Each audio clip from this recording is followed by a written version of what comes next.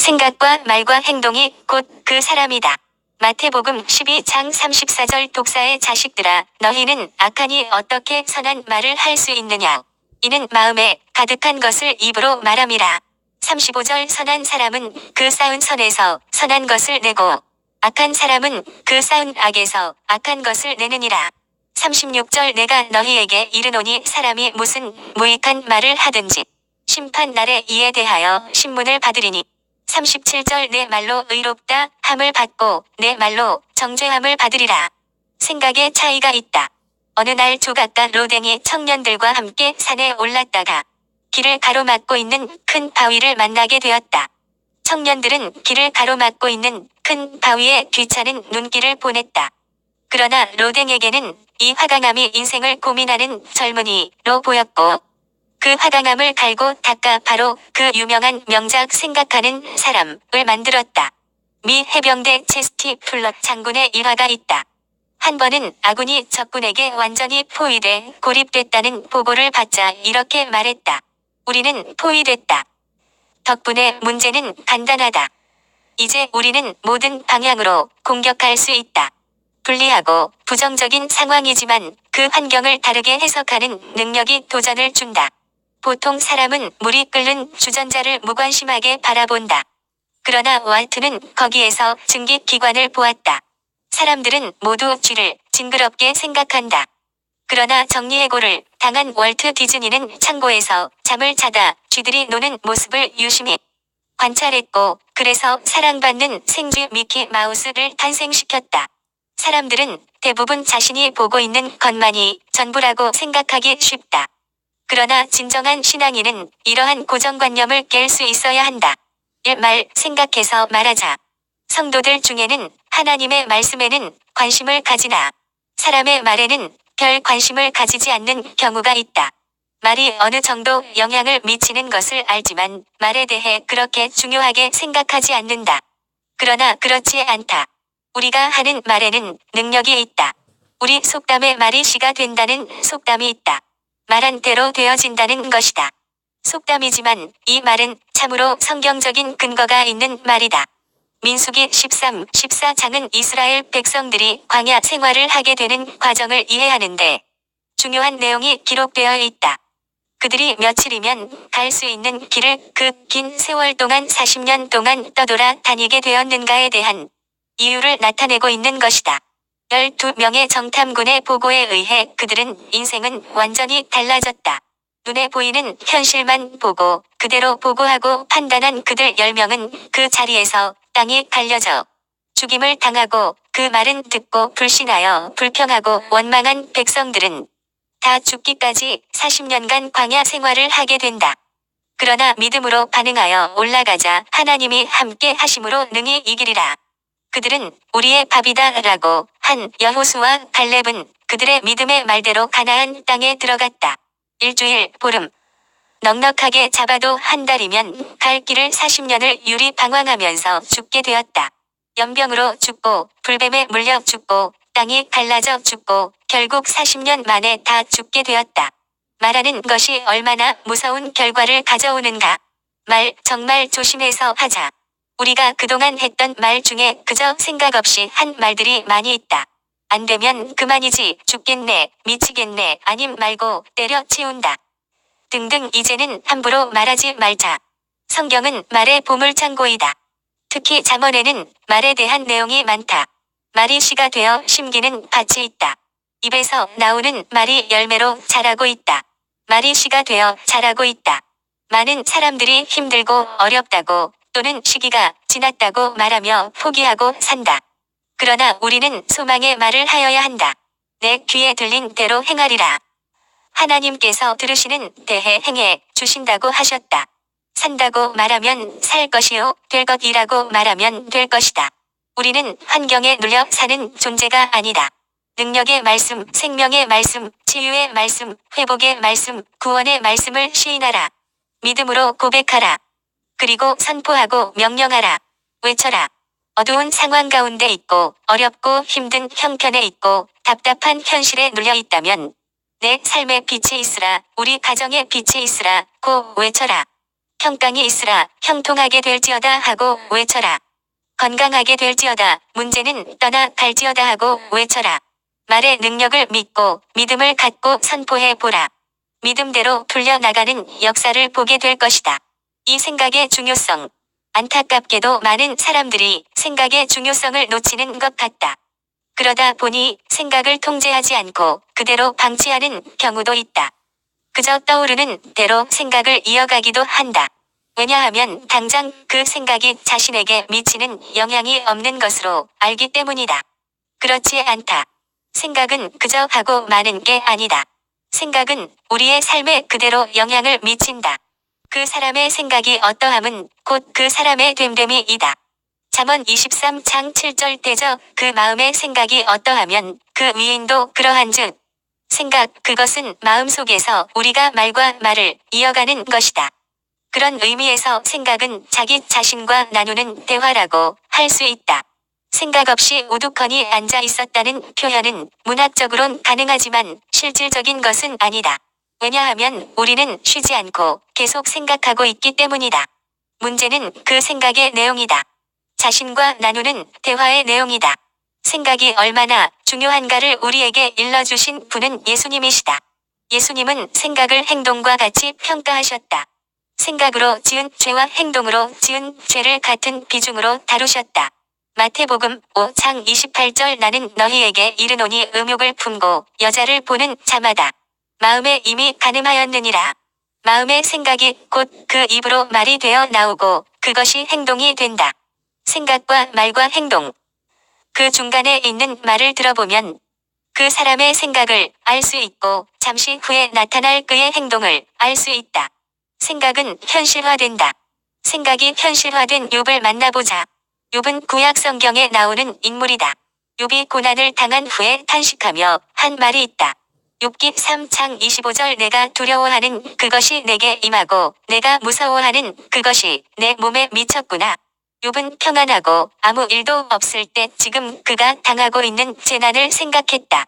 재산을 다 잃으면 어떻게 하나, 자녀들이 다 죽으면 어떻게 하나, 몸이 병들면 어떻게 하나 하고 생각했다. 그 생각이 두려움이고 무서움이었다. 그게 염려고 걱정이고 근심이었다. 욥은 단지 생각만 했다. 그런데 그게 현실화되었다. 생각은 현실화되는 능력이 있다. 그래서 하나님이 우리에게 두려워하지 말라, 염려하지 말라, 근심하지 말라고 하시는 것이다. 염려와 근심이 현실화되기 때문이다. 성경은 말한다. 예레미야 6장 19절 땅이여 들으라 내가 이 백성에게 재앙을 내리리니 이것이 그들의 생각의 결과라. 다가올 재앙에 대해 생각했고 생각했던 결과로 그 재앙이 임한다는 것이다. 또한 하나님은 멀리서도 나의 생각을 아신다. 시편 139편 2절 주께서 내가 앉고 일어섬을 아시고 멀리서도 나의 생각을 밝히 아시오며 그러므로 생각 속에서 말을 함부로 하면 안 된다. 생각 속에서 하는 말도 들으신다. 그리고 그 생각이 현실화가 되기 때문이다. 생각이 그냥 진행되도록 방임하지 말라. 생각 속에서 주고받는 말을 하나님이 들으시고 그대로 이루신다. 그러나 우리는 생각이 현실화된다는 사실 자체를 두려워할 필요는 없다. 생각의 능력을 잘 활용하면 된다. 현실화되어선 안 될 것이라면 그 생각을 중단시키면 된다. 그대로 현실화되었으면 좋을 것만 생각하라. 그래서 시편 기자와 같은 고백을 항상 하라. 시편 19편 14절 나의 반석이시요 나의 구속자이신 여호와여 내 입의 말과 마음의 묵상이 주님 앞에 연락되기를 원하나이다. 나의 입술의 모든 말과 나의 마음의 생각이 주께 연락되기를 원한다. 감정. 그것도 자신과 나눈 대화의 결과이다. 생각의 결과가 감정이다. 어떻게 생각하느냐에 따라 감정은 달라진다. 분노도 생각의 결과이다. 우리가 어떤 일에 분노할 때 그 일 자체가 우리를 분노하게 하는 것은 아니다. 그 일을 놓고 자신과 나눈 대화가 우리를 분노하게 한다. 그래서 똑같은 일을 당하고도 어떤 사람은 웃는가 하면 어떤 사람은 분이 나서 견디지 못한다. 그 차이는 이 두 사람이 그 일에 대해 자기 자신과 나눈 대화의 차이이다. 생각의 차이이다. 우리는 일반적으로 그 사람이 당한 상황이나 형편이 그를 기쁘게 하거나 슬프게 하는 것으로 여긴다. 그러나 그렇지 않다. 그 일을 놓고 나눈 자신과의 대화에 따라 기쁠 수도 있고 슬플 수도 있다. 우리를 슬프게 하는 것은 우리가 당한 그 어떤 일이나 상황이 아니라 우리의 생각이다. 이 사실을 아시는 하나님이 우리에게 말씀하신다. 데살로니가전서 5장 16절 항상 기뻐하라. 17절 쉬지 말고 기도하라. 18절 범사에 감사하라. 어떻게 쉬지 않고 기도할 수 있는가? 이것이 사람에게 불가능한 일 같지만 생각을 알면 가능하다. 생각은 대화이다. 그 대화의 상대가 주님이라면 생각이 기도로 연결된다.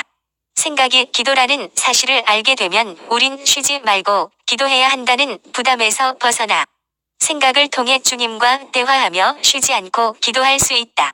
예수님을 믿으면 생각의 파트너가 예수님이 된다. 자기 자신과 나누던 대화가 예수님과 나누는 대화로 바뀐다. 예수님을 믿으면 말과 행동의 근원이요 뿌리인 생각이 바뀌는 이유가 바로 이것이다.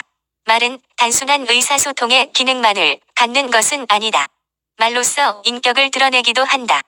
또한 말 자체가 소유한 영향력으로 인해 말의 결과에 대한 책임을 지기도 하고 생명력을 가지고 있어 오랜 시간이 지난 후에도 짧은 말 한마디가 희망 혹은 절망으로 남게 되기도 한다. 말은 단순히 말 자체가 아니라 말하는 이의 인격이고 삶의 경험이며 앞으로의 될 미래의 모습이다. 그래서 예수께서 말은 그 사람이 누구인가를 보여준다고 말씀하신다. 그가 선한 사람인가 악한 사람인가를 알 수 있다는 것이다. 마태복음 12장 34절 독사의 자식들아 너희는 악하니 어떻게 선한 말을 할 수 있느냐. 이는 마음에 가득한 것을 입으로 말함이라. 35절 선한 사람은 그 쌓은 선에서 선한 것을 내고 악한 사람은 그 쌓은 악에서 악한 것을 내느니라. 누가 선한 사람이고 악한 사람인가? 성경에서 사람은 태어날 때부터 다 죄인이라고 말한다.